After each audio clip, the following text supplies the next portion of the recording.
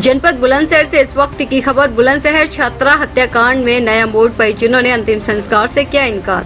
दिन दहाड़े ट्यूशन जाती छात्रा की गला दबाकर हत्या कर दी गई। गांव में सब पहुंचने पर मृतक छात्रा के परिजनों ने अंतिम संस्कार से इनकार कर दिया।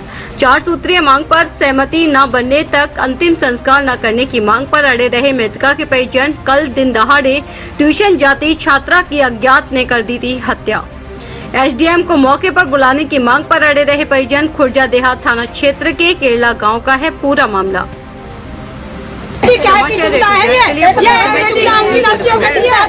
हमें कुछ सुविधा है लड़कियों के लिए, वो हाईवे बना के हमें खतरा और बना दिया लड़कियों के लिए। पढ़ने के लिए कोई सुविधा नहीं, कुछ नहीं। बेटी किराए भाड़े से गरीब आदमी पेट काट काट के पढ़ाते बच्चन ने, कैसे पढ़ाएंगे गरीब आदमी?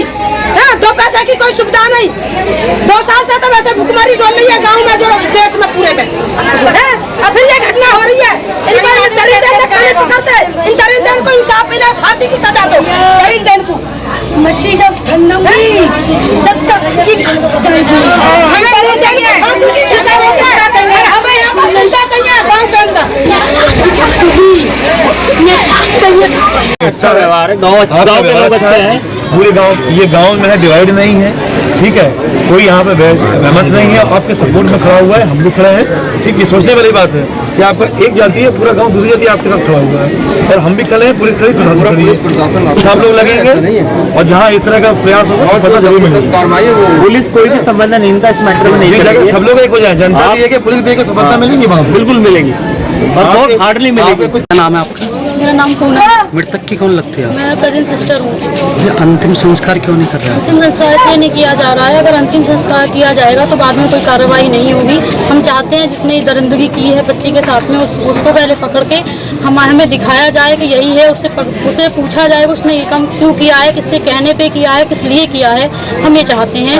और किस के कहने पे किया है, क्यों किया गया, लड़की से ऐसा क्या उसका रिलेशन था जो उसने ये काम किया है। लड़की डेली जाती थी, ऐसा पहली बार नहीं था कि वो पहली बार ट्यूशन जा रही है, डेली जा रही थी। कल ही ऐसा क्या हुआ था जो उसने कल ही इस क्या कहते हैं रिस्क करके ये सब किया उसने बच्ची के साथ में। और हमारी जो डिमांड है उसको जब तक कोई उस पर स्टाम्प नहीं लगा देगा, उसको कोई हाँ नहीं कर देगा, हाँ ये डिमांड कंप्लीट की जाएंगी, तब तक हम ये सब नहीं करेंगे, नहीं करेंगे। क्या क्या डिमांड है आपकी? डिमांड है हमारी बेटी के नाम पर एक गांव में इंटर कॉलेज खोला जाए, जिससे गांव की बेटियों को आगे मुसीबत परेशानी ना हो, गांव से बाहर जाने में दिक्कत होती है, क्योंकि ब्रिज बन गया है, उससे गांव में एकदम सन्नाटा रहता है, कोई भी नहीं रहता है।